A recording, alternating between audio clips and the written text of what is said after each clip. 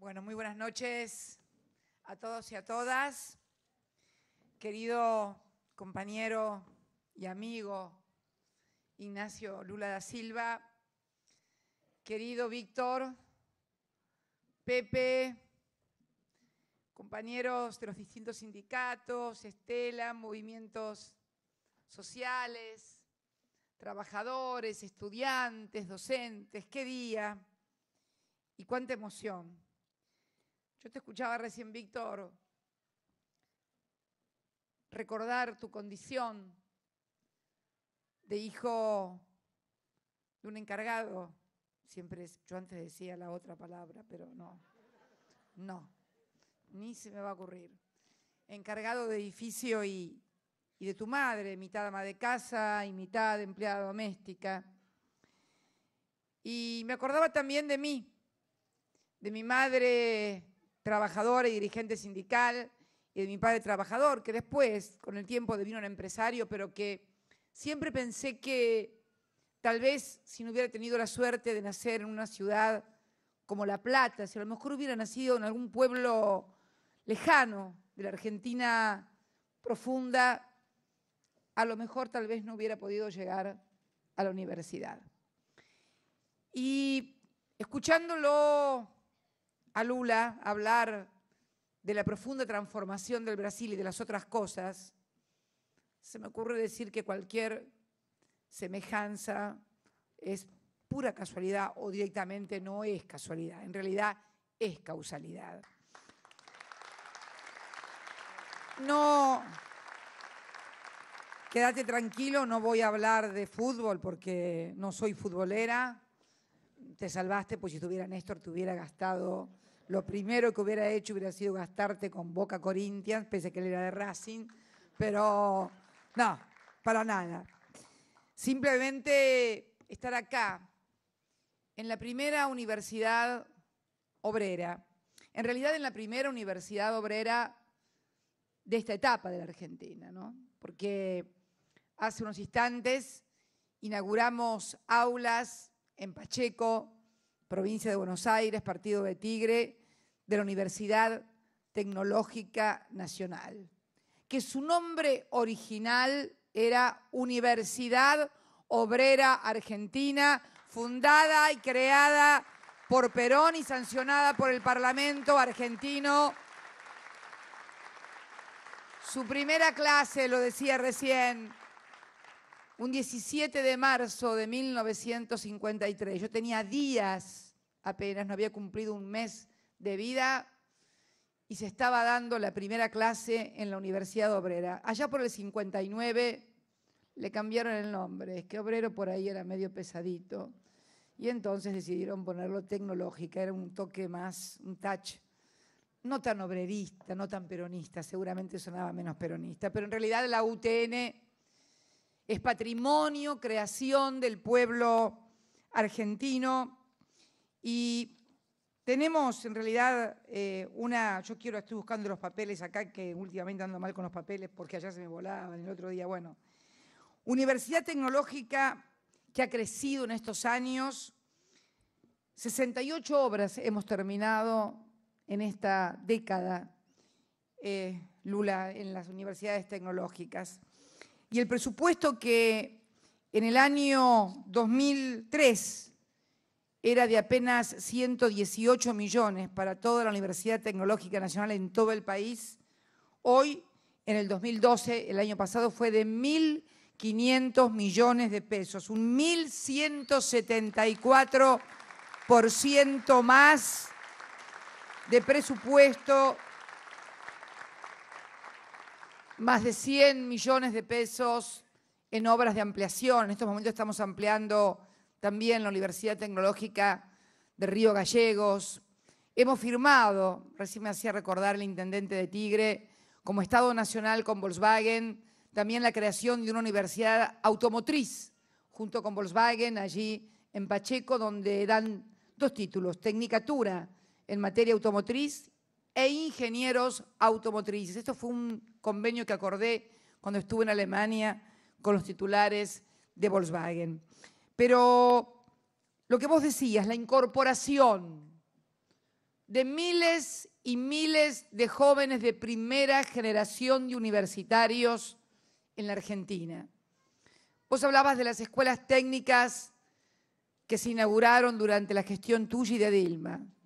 Yo quiero contarte que en la Argentina habían cerrado las escuelas técnicas porque no había industria y porque no eran importantes las fábricas. Y Néstor Kirchner volvió a abrir las escuelas técnicas, 1.300 escuelas técnicas en todo el país. Un detalle,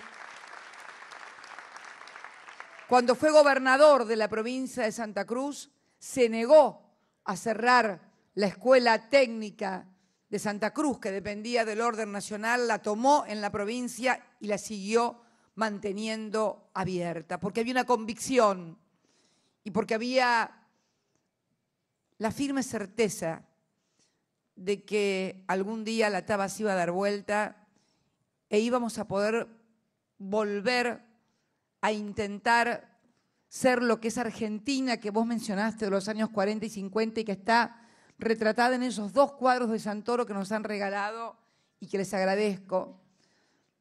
Allí está toda la simbología de nuestro movimiento político.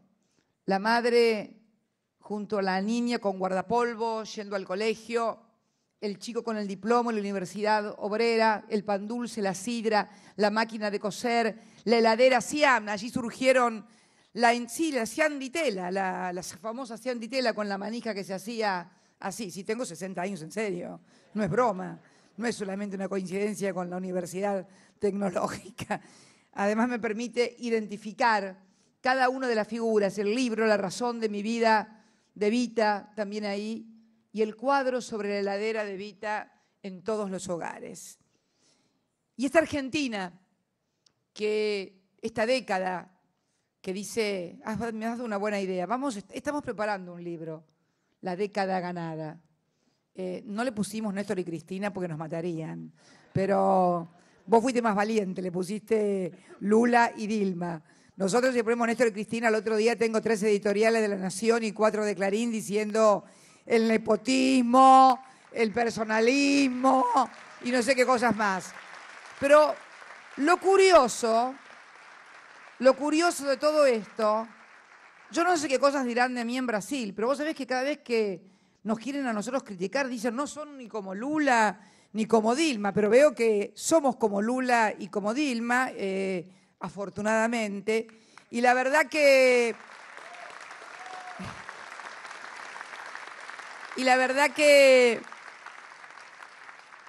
la transformación también.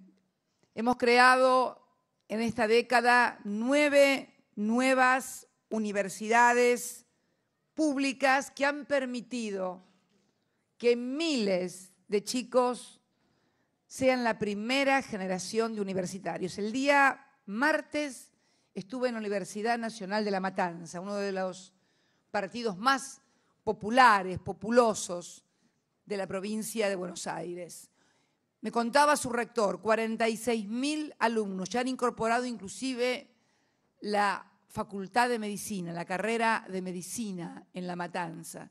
De esos 46.000 alumnos, el 90% son la primera generación de universitarios de su familia y el 70% provienen de hogares humildes. Hoy tenemos en la Argentina 48 universidades, 9 nuevas y 6 institutos universitarios, 48, todas ellas públicas. Universidades privadas, 50 universidades y hoy, acá está también la 50, también está esta, ¿no es cierto? O sea, el número 50 es entonces la Universidad Obrera Argentina para todos los trabajadores. La verdad, un orgullo. ¿Qué dijiste? 50-50. Ahí estamos, vamos todavía con el 50-50. Y 13 institutos universitarios. La matrícula universitaria, ¿cómo ha crecido en la Argentina también? Porque no solamente hemos incorporado a los excluidos, hemos también logrado que otros que no podían llegar porque la clase media, mal que le pese a algunos, se derrumbó estrepitosamente durante el neoliberalismo y a partir del 2001 y 2002 casi era una clase en extinción y hoy tenemos nuevamente el surgimiento de una poderosa clase media en la República Argentina que ha permitido también aumentar la matrícula universitaria en un 28%. 80% de esos alumnos cursan, ojo, 80% de ese crecimiento es en las universidades públicas, que además son gratuitas. En la República Argentina, quiero contarte que la 1420, una ley que surgió a fines del siglo XIX, principios del siglo XX, estableció la gratuidad de la enseñanza primaria en la Argentina.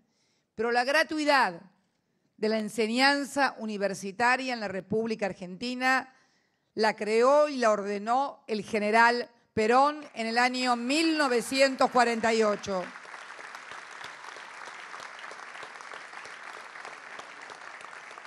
Y otra cosa muy importante también que refleja el crecimiento económico.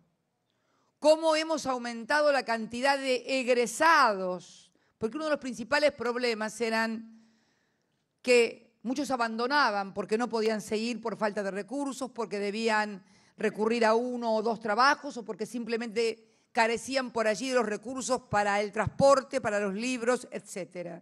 Bueno, en estos 10 años el egreso de las universidades ha crecido en un 68% en la República Argentina. En el año 2001 egresaron 65.104 nuevos estudiantes, nuevos profesionales.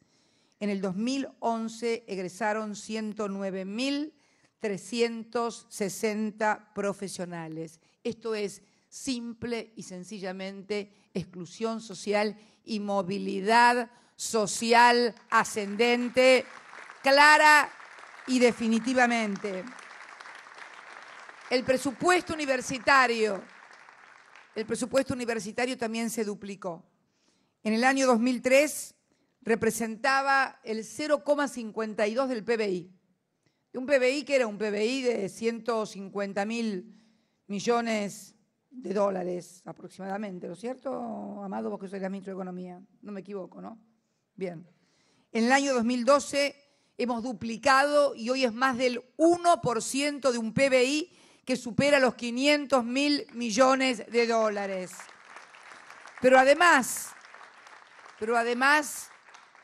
y aquí también está el gran espíritu latinoamericano y de la América del Sur, lo que ha crecido la matrícula de estudiantes extranjeros que vienen, como cuando yo era chica. Cuando yo era chica en La Plata, había gran cantidad de estudiantes de Perú, de Bolivia, de otras universidades. Frente a mi casa, a una de las casas que vivía cuando era chica, en 34, 6 y 7, me acuerdo vivían un grupo de estudiantes bolivianos que alquilaban una casa. Me acuerdo, uno de ellos se llamaba Otto, y me acuerdo porque durante las festividades del carnaval, no sabés lo que era la cuadra, animaban los bolivianos para toda la cuadra los carnavales que te cuento. Y te voy a contar una anécdota, porque bueno, había toda una leyenda de que los estudiantes bolivianos que venían a estudiar se ponían de novios con chicas de La Plata durante la carrera. Entonces las chicas, bueno, los llevaban a comer a la casa, les planchaban la ropa y después, cuando se recibían, se iban y la chica se quedaba y se iban. Y me acuerdo que me puse de novia con Kirchner, lo llevé a mi casa y mi papá me dice, ¿dónde es este? Me dice, de Santa Cruz, le digo. Y mira lo que me dijo, Comodoro Rivadavia, pero papá, por favor, no, Comodoro Rivadavia, no, Río Gallegos. Bueno, tené cuidado, me dice, no sea cosa que este venga únicamente a comer acá a casa y después se vaya y... Mira, me acuerdo como si fuera hoy, y no se fue. ¿Qué se iba a ir? Otra que se iba a ir. A los 6 meses nos estábamos casando. Otra que se iba a ir. Pero 67% aumentó la matrícula de estudiantes extranjeros, también merced a muchos convenios que tenemos. En la UBA, en 4 años, la cifra de alumnos extranjeros trepó de 7.000 a 12.000 estudiantes extranjeros. Muchos de ellos también por los convenios que están firmando con los distintos países que estamos firmando del Mercosur, de la UNASUR, y esto ha significado también el tema de que se sienten muy cómodos en la Argentina por todo lo que la Argentina brinda, la calidad y el prestigio de nuestras universidades, la gratuidad y la no gratuidad también, porque para los posgrados se paga también, no es que solamente vienen por gratuidad, sino que además en materia de posgrados también se pagan. Esta es la Argentina que ha crecido junto con el resto de sus hermanos suramericanos, junto con el Mercosur, junto con la UNASUR, la de los gobiernos populistas, que nos dicen por ahí. Yo digo la de los gobiernos que creen en la igualdad, la de los gobiernos que creen que, como vos decís, Lula, tienen todos que tener la misma oportunidad. No es que todos seamos iguales, pero a la gente hay que darle el derecho a elegir la vida que quiera tener. Porque muchos no tienen la vida que quieren tener, tienen la vida que pueden tener, porque no han tenido oportunidades. Y yo creo que el gran deber del Estado es por lo menos permitir que cada argentino y cada argentina pueda elegir la vida que quiere tener. El derecho a elegir la vida que quiere tener significa el derecho a que tenga trabajo, a que tenga educación, vivienda digna. Yo quiero decirte que, como le decía el otro día cuando vino Nicolás, ¿no? Estuvo hace poquitos días Nicolás visitándonos. Y claro, me vienen las imágenes inevitablemente, ¿no? Inevitablemente.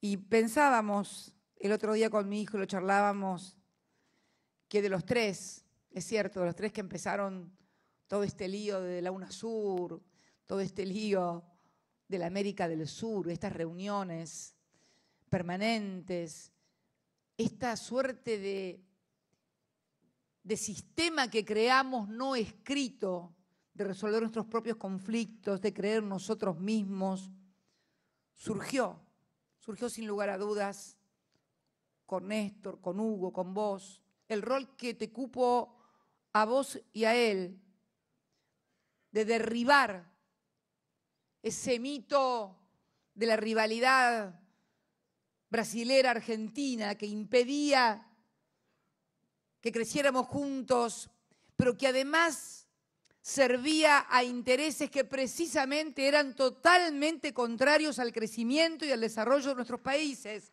Porque además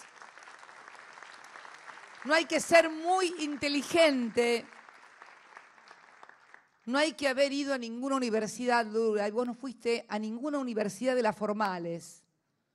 Fuiste a la mejor universidad que hay, que es la Universidad de la Vida.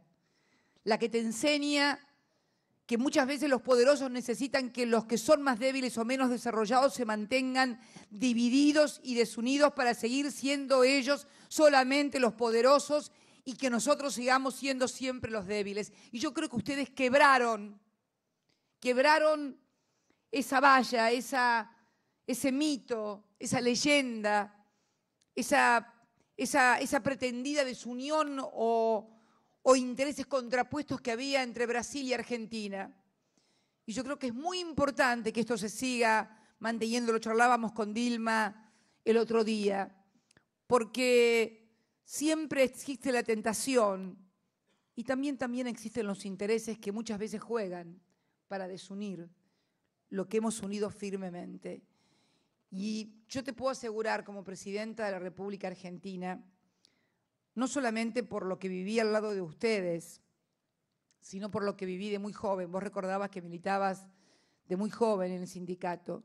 Yo también milité de muy joven y pasaron cosas terribles en este país. Y la llegada de Néstor al gobierno, el 25 de mayo del año 2003, donde dentro de unos pocos días vamos a cumplir los 10 años, significaron, sin lugar a dudas, un cambio histórico.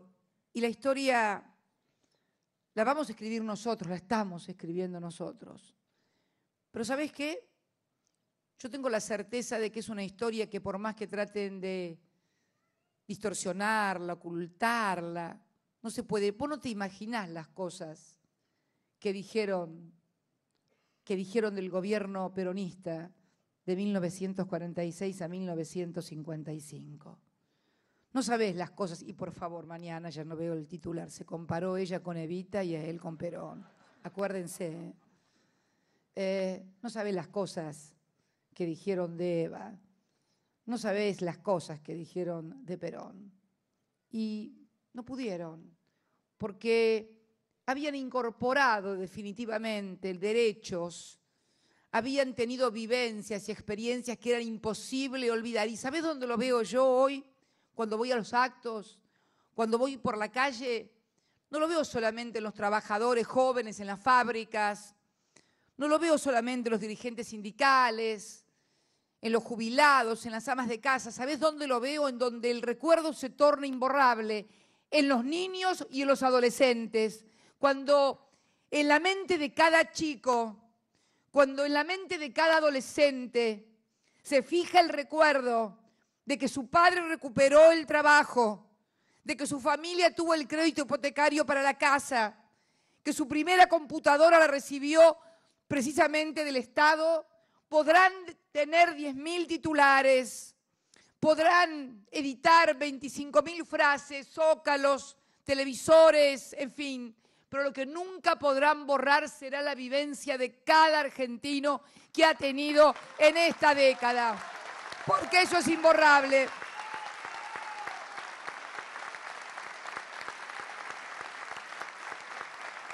¿Cómo se borra? ¿Cómo se borra esos miles de jóvenes que ingresaron a las universidades en La Matanza, en Florencio Varela, en Moreno, en Merlo? ¿Cómo se borran esos colegios inaugurados en las fronteras de la patria? ¿Cómo se borran esos más de 2,5 millones de netbooks que hemos ya entregado y vamos próximamente también a llegar a los 3,5 millones, tal vez fin de año que viene, de lo prometido? ¿Cómo se borran los más de 1.400 colegios construidos? ¿Cómo se borran los cientos de obras en las universidades? ¿Cómo le haces olvidar a ese hombre y a esa mujer que habían perdido el trabajo en la década de los 90 o que sus patrones no le habían hecho los aportes y que de repente se descubrieron con 50, 45, 65 años de edad sin poder tener un derecho jubilatorio y el Estado le reconoce los aportes y hoy tenemos la mayor cobertura provisional de América Latina? ¿Cómo se olvida ese hombre y esa mujer?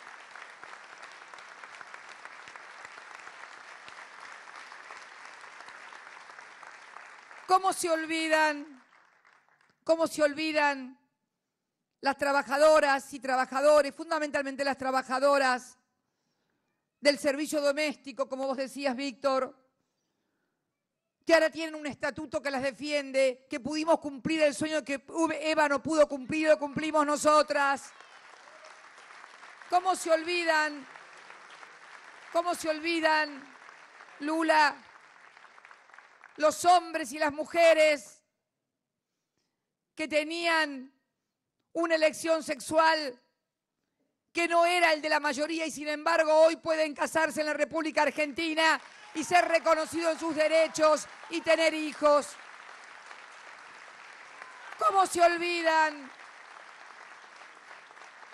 olvidan los millones de trabajadores que volvieron a recuperar el trabajo, pero que además llevan 10 años de convenciones colectivas de trabajo? Ayer nomás, como dice la canción, ayer nomás. Esa es de Lito Nevia, ¿no? ¿De quién?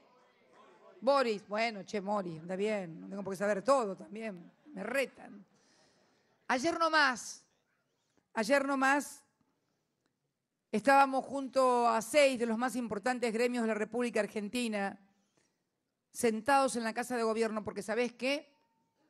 Este es un gobierno en el que los trabajadores y los sindicatos y las organizaciones de derechos humanos volvieron a entrar a la Casa Rosada. Volvieron a entrar a la Casa Rosada. ¿Cómo se olvidan? ¿Cómo se olvidan los miles y miles de argentinos que habían perdido la esperanza de que se hiciera justicia en materia de derechos humanos? ¿Cómo se olvidan los que estuvieron torturados, detenidos, o los que tienen un pariente, o un hermano, un hijo, o un nieto desaparecido, todavía no aparecido, detenidos, desaparecidos? ¿Cómo se olvidan cuando habían perdido las esperanzas de que finalmente fueran juzgados quienes habían cometido uno de los genocidios más terribles, el más terrible que recuerda la historia? ¿Cómo se olvidan esas cosas? Y también, aunque se olviden, aunque algunos se olviden, quiero hablarle también a aquellos que con los martillos golpeaban las clases medias argentinas, no los trabajadores, las clases medias argentinas, que golpeaban con los martillos las puertas de los bancos en el año 2001.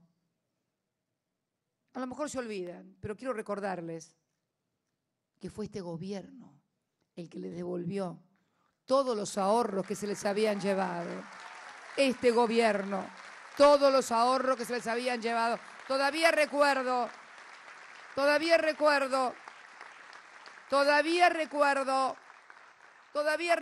cuando populares comentaristas o populares animadores televisivos decían: Bodén 12, ¿qué le van a devolver esa plata? Era un papelito que no valía nada. Y desde las usinas pequeñas de los mercados financieros se decían, como se dicen todos los años, que nunca los íbamos a pagar. Entonces mucha gente se desprendió por 2,80 pesos. Por supuesto lo compraron todos los que decían que no se iba a pagar. Y luego lo cobraron todo. Porque hay otro problema también. Yo estaba escuchándolo al intendente de Tigre que decía que crearon en la universidad un botón antipánico. Me parece bárbaro, debe ser por el tema de la seguridad. Un botón antipánico. Yo quisiera que en alguna universidad argentina creáramos un botón antisonso. A ver si en la Jaureche, por ejemplo, de Florencio Varela, a ver si en la Universidad de Florencio Varela, que se llama Antonio Jaureche, Arturo Jaureche, por favor le hace honor y crean un botón antisonso. ¿Saben qué es un botón antisonso? Para que el sonso deje de ser sonso, tiene que dejar de creer en la soncera que le cuentan todos los días para que siga siendo un sonso. No digo tarado porque queda feo, y además porque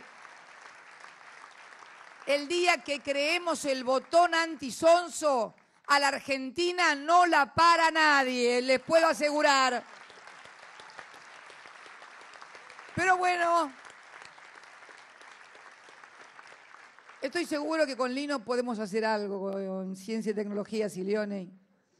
Quiero contarte, Lula, también, que durante el año 2008 se nos ocurrió también un plan que denominamos Fines, y que era precisamente para todos aquellos que no habían podido terminar la escuela secundaria, o porque habían tenido que dejarla para ir a trabajar, o porque habían tenido problemas.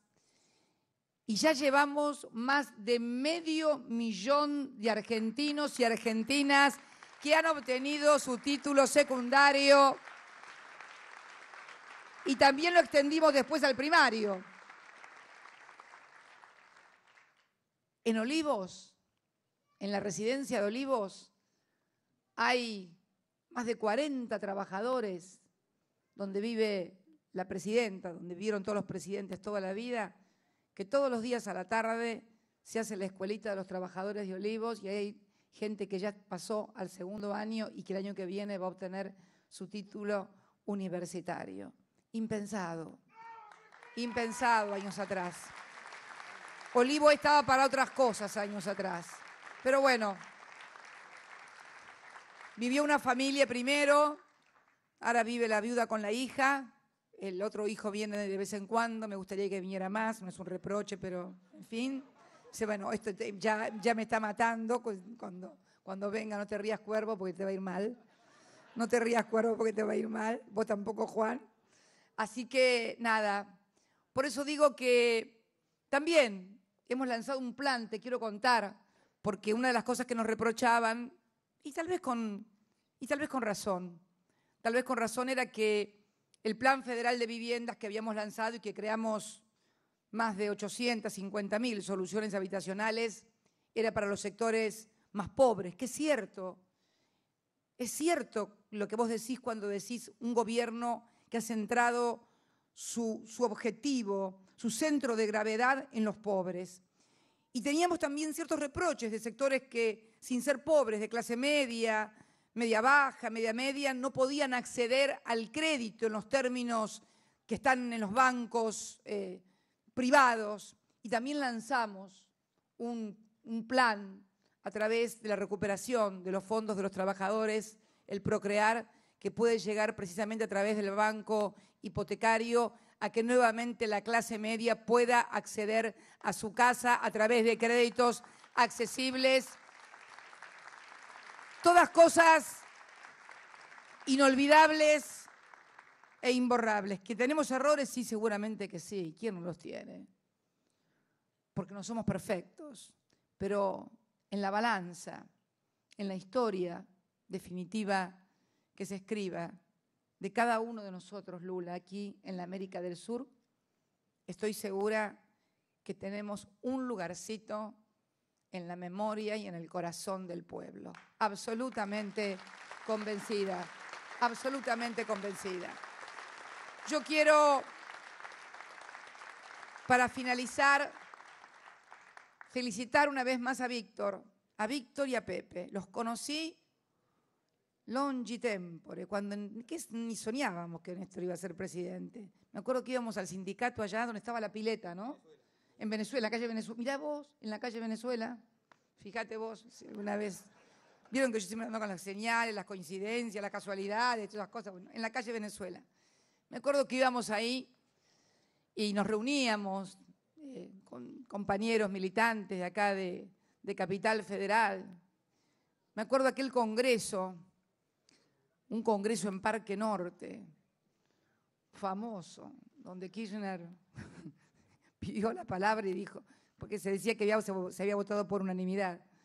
Y ¿cómo se llamaba el compañero este de la Paternal? Que habló y dijo, si lo quieren expulsar soy yo de la Paternal.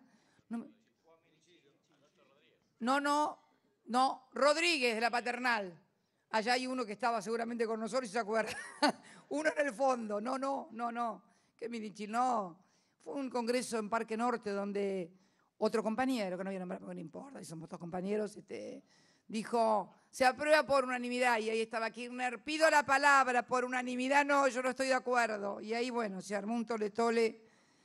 De esa época me acuerdo con Pepe y Víctor, que los conocí, y mirá, Pepe, y mirá, Víctor, ¿dónde estamos hoy? Inaugurando una universidad que ustedes han construido con el aporte de sus afiliados, de sus trabajadores, todo lo que han hecho, además, en este sindicato por los trabajadores, como Lula hablaba del sindicalismo argentino, creo que uno de los más fuertes del mundo. ¿No es cierto, Tomada? Y también,